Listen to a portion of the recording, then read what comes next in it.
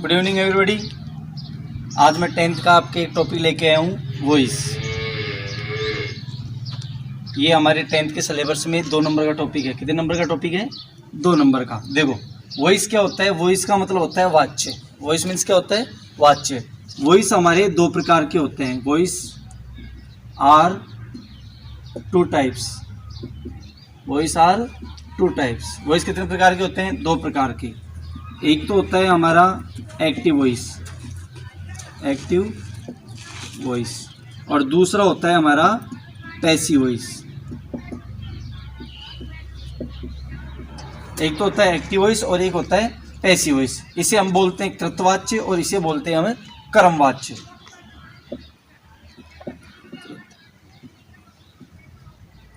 कृतवाच्य और ये होता है कर्मवाच्य। इसे हम सक्रिय भी बोल सकते हैं और निष्क्रिय। सक्रिय और निष्क्रिय। तो वॉइस है, वॉइस कितने प्रकार के होते हैं? 2 प्रकार के। Voice are 2 types. फर्स्ट होता है एक्टिव वॉइस, सेकंड होता है पैसिव वॉइस। तो सबसे पहले हम जानेंगे कि एक्टिव वॉइस क्या होता है। एक्टिव वॉइस क्या होता है? एक्टिव वॉइस को हम बोलते हैं कृतवाच्य। क्या बोलते हैं? कृतवाच्य। कहने का मतलब है ऐसा सेंटेंस ऐसा सेंटेंस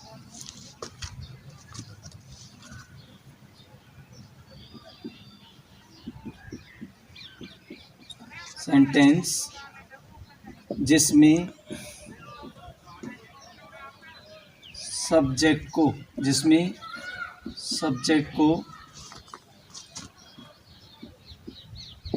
महत्वपूर्ण, ऐसा सेंटेंस जिसमें सब्जेक्ट को महत्वपूर्ण माना जाता है, या हम कह सकते हैं ऐसा वाक्य जो कैसा हो? कृतवाच्य। ऐसा वाक्य जो कृतवाच्य हो। कैसा हो? कृतवाच्य।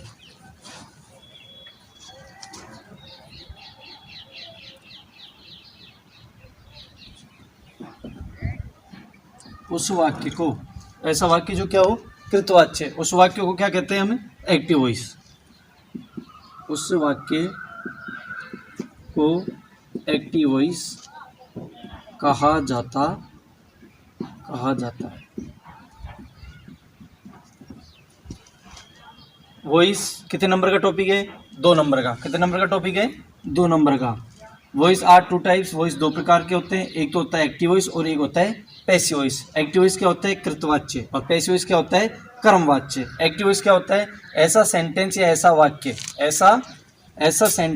ऐसा वाक्य जिसमें सब्जेक्ट को महत्वपूर्ण माना जाता है। ऐसा सेंटेंस या ऐसा वाक्य जिसमें सब्जेक्ट को क्या माना जाता है? महत्वपूर्ण माना जाता है। या ऐसा वाक्य जो कैसा हो? कृतवाच्य हो। ऐसा वाक्य जो कैसा हो? कृतवाच्य हो। उस वाक्य को क्या कहते हैं? एक्टिव वॉइस कहा जाता है। अब देखो इसका एग्जांपल कि एक्टिव वॉइस कैसे कहेंगे हम। जैसे मैं यहाँ लिखता हूँ ही इज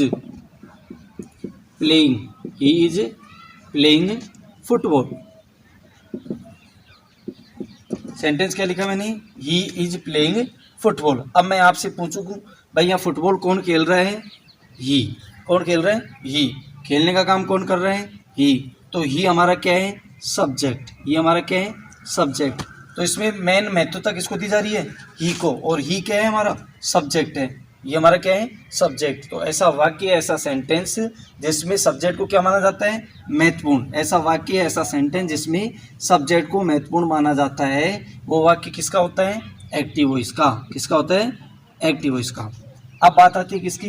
पैसिव वॉइस की। किसकी बात आती है? पैसिव वॉइस की। तो पैसिव वॉइस किसे कहते हैं? देखो, ऐसा वाक्य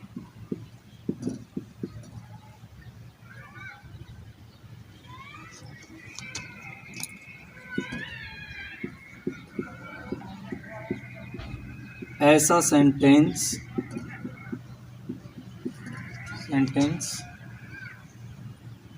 जिसमें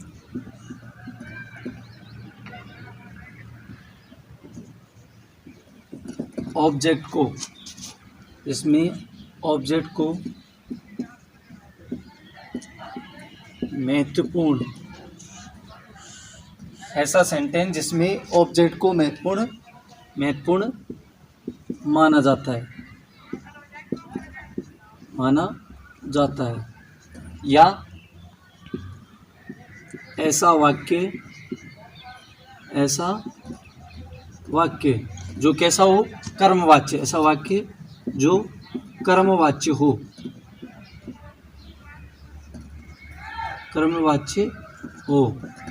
तो उस वाक्य को क्या कहते हैं हम? उस वाक्य को हम बोलते हैं, उस वाक्य को पैसिव वॉइस कहते हैं। उस वाक्य को क्या कहते हैं? Passive voice. उस सेंटेंस को क्या कहते हैं? Passive voice. तो एक बार दोबारा समझ लो, voice are two types. Voice कितने प्रकार के होते हैं? दो प्रकार के। एक होता है एक्टिव वॉइस, एक होता है पैसिव वॉइस। एक्टिव वॉइस क्या होता है? कृतवाच्य। पैसिव वॉइस क्या होता है? कर्मवाच्य। एक्टिव वॉइस का मतलब क्या होता है? ऐसा सेंटेंस जिसमें सब्जेक्ट को महत्वपूर्ण माना जाता है, या ऐसा वाक्य जो कैसा होना चाहिए? कृतवाच्य। कहने का मतलब कि सेंटेंस के अंदर सब्जेक्ट को इम्पोर्टेंट माना जाता हो। सेंटेंस के अंदर किसको इम्पोर्टेंट माना जाता हो? सब्जेक्ट को। वो वाक्य किसका होता है? एक्टिव वॉइस का। या ऐसा सेंटेंस जिसमें ऑब्जेक्ट को महत्वपूर्ण माना जाता है, या वो वाक्य कैसा हो? कर्मवाच्य हो, वो किसका होता है? पैसिव वॉइस का। किसका होता है? पैसिव वॉइस का। ठीक है, यहाँ तक नोट कर लेंगे। आगे देखो,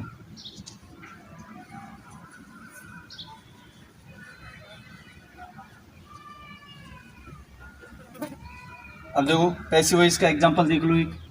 जैसे मैंने एक्टिव वॉइस में एग्जांपल लिखा था, कौन सा? एक्टिव वॉइस का एग्जांपल क्या है हमारे पास? He is playing football. Example क्या है? He is playing football. अब इसको हमें किस में परिवर्तन करना है?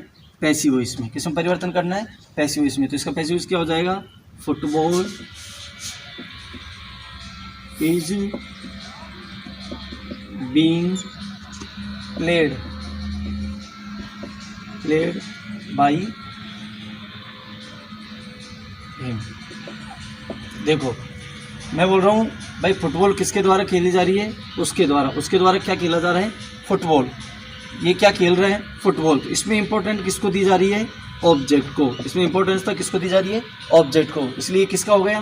पैसिव वॉइस का। और मैं यहाँ पूछूं भाई, फुटबॉल कौन खेल रहा है? वह है। खेलने काम कौन कर रहा है? वह है। तो वह हमारा क्या है? सब्जेक्ट। तो ये किसका सेंटेंस हो गया? एक्टिव वॉइस का। और जिसमें ऑब्जेक्ट को महत्वपूर्ण माना जाता है, वो सेंटेंस किसका होता है? पैसिव वॉइस का। ठीक है, समझ में आ गया? अब मैं आपको एक सेंटेंस लिखता हूँ एग्जाम्पल यहाँ पर, और आपको बताता हूँ जब हम सेंटेंस को एक्टिव वॉइस से पैसिव वॉइस में चेंज करते हैं तो उसमें क्या क्या परिवर्तन होता है।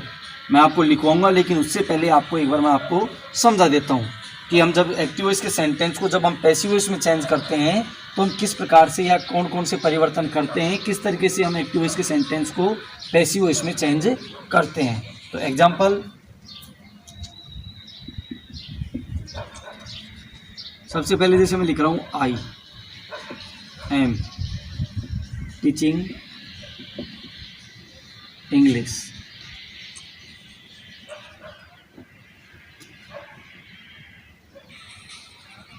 एग्जाम्पल क्या लिखा मैंने? आई एम टीचिंग इंग्लिश, कि मैं अंग्रेजी पढ़ा रहा हूँ। अब ये हमारे पास एक्टिव वॉइस का सेंटेंस है। किसका है? एक्टिव वॉइस का। और हमें इसमें किस में परिवर्तन करना है? पैसिव वॉइस में। किस में परिवर्तन करना है? पैसिव वॉइस में। अब देखो एक्टिव वॉइस की स्ट्रक्चर तो क्या होती है? सबसे पहले क्या आता है? सब्जेक्ट। क्या आता है? सब्जेक्ट। उसके बाद क्या आती है? मेन वर्ब, या क्या आ जाए? Helping verb. क्या आ जाती है? Helping verb. और उसके बाद क्या आती है?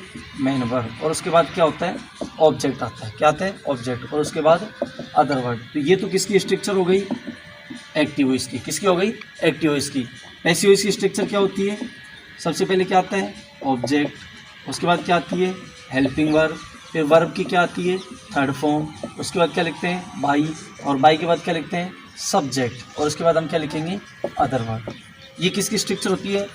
पैसिव वॉइस की। अब देखो सबसे पहले क्या आ रहा है? सब्जेक्ट। उसके बाद क्या आ रही है? Helping verb. क्या आ रही है? Main verb. उसके बाद ऑब्जेक्ट आ रहा है। तो ये किसकी स्ट्रक्चर हो गई? एक्टिव वॉइस की। अब हमें क्या करना है? इसको किस में परिवर्तन करना है? पैसिव वॉइस में। किस में परिवर्तन करना है? पैसिव वॉइस में। तो ध्यान लगा के सुनना है कि एक्टिव वॉइस से जब पैसिव वॉइस को हम चेंज करते हैं तो सबसे फर्स्ट जो रूल होता है वो क्या होता है? सब्जेक्ट के स्थान पर ऑब्जेक्ट। किसके स्थान पर लिखते हैं? सब्जेक्ट के स्थान पर क्या लिखते हैं? ऑब्जेक्ट। लेकिन सबसे पहले हमें पहचान करना जरूरी है कि कौन सा हमारा सब्जेक्ट है, कौन सी हमारी वर्ब है और कौन सा हमारा ऑब्जेक्ट है। देखो अब जैसे यहाँ पर क्या है, आई है, एम है, टीचिंग है और इंग्लिश। तो मैं सब्जेक्ट इसमें से क्या मानूँ, इंग्लिश भी सब्जेक्ट हो सकता है, टीचिंग भी, ये भी सब्जेक्ट हो सकता है, एम भी सब्जेक्ट हो सकता है और आई भी। लेकिन हमें कैसे इसको आइडेंटिफाई करना है कि हमारा सब्जेक्ट कौन सा है। तो देखो सब्जेक्ट को हिंदी में बोलते हैं कर्ता। क्या बोलते हैं, कर्ता। सब्जेक्ट को हिंदी में क्या बोलते हैं, कर्ता। कर्ता कौन होता है, किसी काम को करने वाला। कर्ता कौन होता है, किसी काम को करने वाला। अब देखो मैं आपसे पूछूं इंग्लिश कौन पढ़ा रहा है, आई। पढ़ाने का काम कौन कर रहा है, आई। तो आई हमारा क्या हो गया, सब्जेक्ट। आई हमारा क्या हो गया, सब्जेक्ट। क्लियर हो गया। सब्जेक्ट को हिंदी में बोलते हैं कर्ता। कर्ता कौन होता है, किसी काम को करने वाला। तो आई हमारा यहाँ पर क्या है, सब्जेक्ट। उसके बाद एम हमारी क्या है, हेल्पिंग वर्ब, जिसे हम हिंदी में क्या बोलते हैं, सहायक क्रिया। क्या बोलते हैं, सहायक क्रिया। अब देखो मेन वर्ब क्या होती है, मेन वर्ब क्या होती है। मेन वर्ब को हिंदी में, ये क्या है हमारी मेन वर्ब, और इसे हिंदी में बोलते हैं मुख्य क्रिया। क्या बोलते हैं, मुख्य क्रिया। अब मुख्य क्रिया कैसे पहचान करेंगे, हमारे पास भाई ये तो हमने पहचान कर लिया, ये हमारा सब्जेक्ट है, लेकिन हम मुख्य क्रिया कैसे फाइंड करेंगे। देखो सब कर्ता के द्वारा जो एक्शन किया जाता है, एक्शन का मतलब कोई भी एक्टिविटी, खेलना कूदना, खाना पीना, बैठना सोना, पढ़ना पढ़ाना, ये सब क्या है, एक्टिविटी कि उसके द्वारा कोई हलचल की जाती है, वो हमारी क्या होती है, मेन वर्ब होती है। क्या होती है, मेन वर्ब। तो यहाँ पर इंग्लिश के अंदर कोई हलचल हो रही है, कोई एक्टिविटी कर रहा है, नहीं। तो किसके अंदर कर रहा है, टीचिंग। तो पढ़ाएगा तो एक्शन होगा, नहीं होगा, होगा। तो ये हमारी क्या हो जाएगी, मेन वर्ब। क्या हो जाएगी, हमारी मेन वर्ब। उसके बाद क्या बचा हमारे पास, इंग्लिश। ये हमारा क्या हो गया, ऑब्जेक्ट। और ऑब्जेक्ट को हम हिंदी में बोलते हैं कर्म। कहने का मतलब टारगेट। भाई पढ़ाते हुए कहाँ पहुँच रहे हैं वो, इंग्लिश तक। मैं पढ़ा रहा हूँ और पढ़ाते हुए कहाँ पहुँच रहा हूँ, इंग्लिश तक। तो मेरा मेन टारगेट कहाँ पहुँचने का है, इंग्लिश। तो हमारा ऑब्जेक्ट क्या हो गया, इंग्लिश हो गया। यहाँ तक समझ में आ गया। अब हम देखो पैसिव वॉइस बनाएंगे, इसका क्या बनाएंगे, पैसिव वॉइस। तो क्या करेंगे, सबसे फर्स्ट रूल क्या कहता है, सब्जेक्ट के स्थान पर क्या चाहिए मुझे, ऑब्जेक्ट। पैसिव वॉइस का फर्स्ट रूल कहता है कि मुझे सब्जेक्ट के स्थान पर क्या चाहिए, ऑब्जेक्ट। सब्जेक्ट क्या है यहाँ पर, आई। ऑब्जेक्ट क्या है हमारे पास, इंग्लिश। तो सबसे पहले हम क्या लिख देंगे यहाँ पर, ऑब्जेक्ट। क्या लिखेंगे, ऑब्जेक्ट। क्या लिखेंगे भाई, ऑब्जेक्ट। ठीक है। उसके बाद हमें करना होता है टेंस संबंधी परिवर्तन। क्या करना होता है, टेंस संबंधी परिवर्तन। इसको याद करने की शॉर्ट ट्रिक है, 1 का 2। क्या है, 1 का 2, 3 का 4, और मॉडल को हो गया है बी से प्यार। मॉडल को हो गया है बी से प्यार। अब ये कैसे है समझो। प्रेजेंट सिंपल टेंस, कौन सा टेंस, प्रेजेंट सिंपल टेंस, उसको किस में चेंज करेंगे, प्रेजेंट कंटिन्यूस टेंस में। किस में चेंज कर देंगे, प्रेजेंट कंटिन्यूस में। कैसे, मान लो आ जाए हमारे पास डू डज। क्या आ जाए, डू डज प्लस वर्ब की फर्स्ट फॉर्म। किस में चेंज कर देते हैं उसको, इज एम आर। किस में चेंज करते हैं, इज एम आर। या वर्ब की फर्स्ट फॉर्म में आ जाए, या वर्ब फर्स्ट फॉर्म में ऐसी ऐसा जाए तो किस में चेंज कर देंगे, इज एम आर में। अब मान लो हमारे पास क्या आ जाता है, वर्ब की सेकंड फॉर्म क्या आ जाती है, पास्ट सिंपल टेंस में। वर्ब की सेकंड फॉर्म तो किस में चेंज कर देंगे, वाज वर्ब में। किस में चेंज कर देंगे, वाज वर्ब में। और मान लो हमारे पास फ्यूचर सिंपल में क्या आ जाए, विल सेल आ जाए, तो उनके साथ क्या लगाते हैं, बी लगा देते हैं, जो हमारे किस में आता है, फ्यूचर कंटिन्यूअस में। 3 का मतलब क्या है, परफेक्ट टेंस। कौन सा टेंस, परफेक्ट। परफेक्ट को किस में कन्वर्ट करेंगे, परफेक्ट कंटिन्यूअस में। प्रेजेंट परफेक्ट में किसका यूज करते हैं, हैज और हैव। किसका यूज होता है, हैज और हैव। और जब पैसिव में परिवर्तन करते हैं तो क्या हो जाता है, हैज हैव प्लस बीन। क्या लगा दें इसके साथ, बीन। और बीन का प्रयोग कहाँ होता है, परफेक्ट कंटिन्यूअस टेंस में। ठीक है। ऐसे पास्ट कंटिन्यूअस में क्या आती है, वो पास्ट परफेक्ट में क्या आता है, हैड। और जब पैसिव में उसको लिखेंगे तो क्या आ जाएगा, हैड बीन। और जैसे फ्यूचर परफेक्ट में क्या आता है, विल हैव सेल हैव, तो उनके साथ क्या लगा देंगे, will have been shall have been. क्या लगा देते हैं, विल हैव बीन और सेल हैव बीन। ठीक है। तो ये हमारा क्या हो गया, टेंस संबंधी परिवर्तन। क्या होता है, टेंस संबंधी परिवर्तन। अब देखो यहाँ पर क्या रहा है, प्रेजेंट कंटिन्यूअस टेंस आ रहा है। कौन सा टेंस आ रहा है, प्रेजेंट कंटिन्यूअस। तो हेल्पिंग वर्ब हम यहाँ पर लिखेंगे। यहाँ पर जो हेल्पिंग वर्ब थी वो किसके अकॉर्डिंग थी, सब्जेक्ट के अकॉर्डिंग। यहाँ जो हेल्पिंग वर्ब आएगी वो किसके अकॉर्डिंग आएगी, ऑब्जेक्ट के अकॉर्डिंग। किसके अकॉर्डिंग, ऑब्जेक्ट की। ऑब्जेक्ट यदि एक वचन का है तो एक वचन की हेल्पिंग वर्ब लिखेंगे, ऑब्जेक्ट बहुवचन का है तो बहुवचन की हेल्पिंग वर्ब लिखेंगे। इंग्लिश एक वचन है, बहुवचन एक वचन। क्या आ जाएगा यहाँ पर, इज। क्या आ जाएगा, इज। अब देखो वर्ब है, लेकिन वर्ब में क्या लग रहा है अंत में, आईएनजी। क्या लग रहा है, आईएनजी। हमारे पास जब मॉडल आता है तो हम क्या लगाते हैं भैया, बी लगाते हैं। क्या लगाते हैं, बी। अब देखो आईएनजी, तो यहाँ पर हम किसका प्रयोग करेंगे, बीइंग का। आईएनजी जब लग जाती है तो वहाँ किसका प्रयोग किया जाता है, बीइंग का। बीइंग का प्रयोग क्यों करते हैं, देखो सुनो ध्यान लगा के कि एक्टिव वॉइस का जो प्रेजेंट, इसमें कौन सा टेंस है, प्रेजेंट कंटिन्यूअस टेंस। तो कंटिन्यूअस टेंस कहता है कि मुझे वर्ब की फर्स्ट फॉर्म में क्या चाहिए, आईएनजी। प्रेजेंट कंटिन्यूअस टेंस क्या कहता है कि मुझे वर्ब की फर्स्ट फॉर्म में क्या चाहिए, आईएनजी। और जबकि पैसिव वॉइस कहता है कि मुझे हमेशा वर्ब की थर्ड फॉर्म चाहिए। क्या चाहिए, मुझे वर्ब की थर्ड फॉर्म। भाई कंटिन्यूअस टेंस तो क्या कह रहे हैं, मेरे को आईएनजी चाहिए, और पैसिव वॉइस का नियम क्या कह रहा है कि मेरे को वर्ब की थर्ड फॉर्म चाहिए। तो हम क्या करते हैं, दोनों के मध्य, भाई इसका रूल भी रह जाएगा और इसका भी, इसलिए हम क्या उठाते हैं, बी। क्या उठाते हैं, बी, और उसमें क्या लगा देते हैं, आईएनजी। क्या लगा देते हैं, आईएनजी। इसलिए जिस वर्ब में आईएनजी आता है उससे पहले हम पैसिव वॉइस में हेल्पिंग वर्ब के बाद किसका प्रयोग करते हैं, बीइंग का प्रयोग करते हैं। किसका प्रयोग करते हैं, बीइंग का। तो हमने यहाँ पर क्या लिख दिया, बीइंग लिख दिया। क्या लिख दिया भैया, बीइंग। हमने यहाँ पर क्या लिख दिया, बीइंग लिख दिया। ठीक है, अब हम क्या कहेगा, पैसिव वॉइस का रूल क्या रहता है, मुझे वर्ब की थर्ड फॉर्म चाहिए। क्या चाहिए, वर्ब की थर्ड फॉर्म। टीच की थर्ड फॉर्म क्या होती है, टॉट। क्या होती है, टॉट होती है। टीच की थर्ड फॉर्म क्या होती है, टॉट। उसके बाद हमें क्या लगाना है, बाई। ये बाई लिख दिया मैंने। उसके बाद क्या लगाना है, बाई के बाद सब्जेक्ट। अब देखो सब्जेक्ट क्या है यहाँ पर, आई। आई यहाँ पर कौन से केस में था, सब्जेक्टिव केस में। कौन से केस में था, सब्जेक्टिव। लेकिन अभी किसके स्थान पे जा रहा है, ऑब्जेक्ट के स्थान पर। किसके स्थान पर, ऑब्जेक्ट के स्थान पर। इसलिए आई का ऑब्जेक्टिव केस क्या हो जाता है, मी। क्या हो जाता है, मी। ही का ऑब्जेक्टिव केस हिम, सी का हर, आई का मी, वी का अस, दे का देम, यू का यू ही रहता है। ठीक है, इट का इट और नेम का नेम। यहाँ तक कि मैंने बताया आपको किस तरीके से हम एक्टिव वॉइस के सेंटेंस को पैसिव वॉइस में चेंज करते हैं।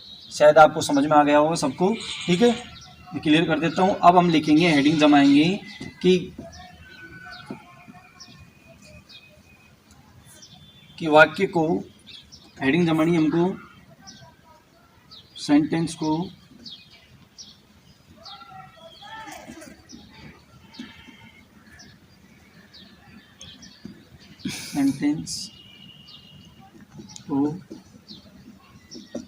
एक्टिव से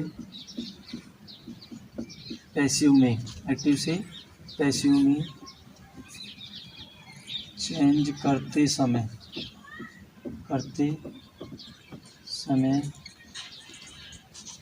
समय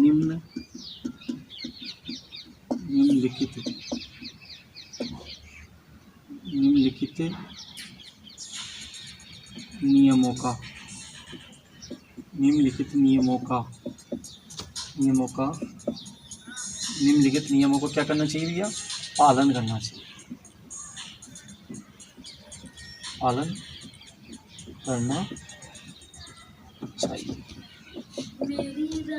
the following sentence change active to passive before, नहीं, following the rules change sentence before active to passive. कि निम्नलिखित सेंटेंस को एक्टिव से पैसिव में चेंज करते समय निम्नलिखित नियमों को क्या करना चाहिए, हमें पालन करना चाहिए। निम्नलिखित नियमों को क्या करना चाहिए, पालन। देखो सबसे फर्स्ट नियम क्या आता है हमारा कि हम सब्जेक्ट के स्थान पर क्या लिखेंगे भैया, ऑब्जेक्ट। सब्जेक्ट के स्थान पर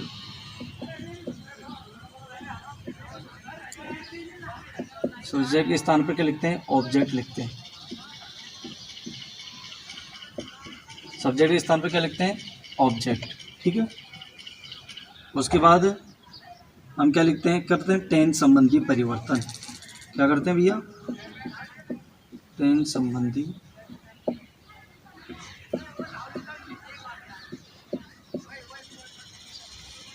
संबंधी परिवर्तन। थर्ड है हमारा क्या है, वर्ब की थर्ड फॉर्म लिखते हैं। वर्ब की थर्ड फॉर्म लिखते हैं। उसके बाद फोर्थ हमारा क्या है, वर्ब थर्ड फॉर्म लिख दी। उसके बाद हम क्या लिखते हैं, बाई लिखते हैं। क्या लिखते हैं,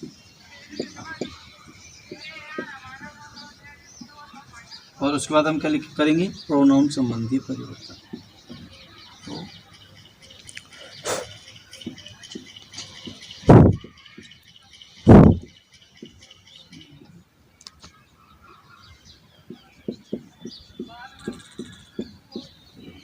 ठीक है, उसके बाद हम क्या लिखेंगे, छठा ऑब्जेक्ट के स्थान पर, ऑब्जेक्ट के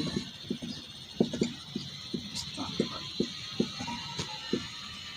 सब्जेक्ट लिखते हैं। ठीक है, कलम इन नियमों को सबको याद करना है। कलम एक एक के बारे में पढ़ेंगे। पहले टेंस संबंधी परिवर्तन क्या होता है हम लिखाएंगे जो भी है, उसके बाद ठीक है प्रोनाउन संबंधी परिवर्तन लिखाएंगे, उसके बाद हम एक्टिव से पैसिव सेंटेंस को चेंज करके फिर आगे बढ़ेंगे। ठीक है।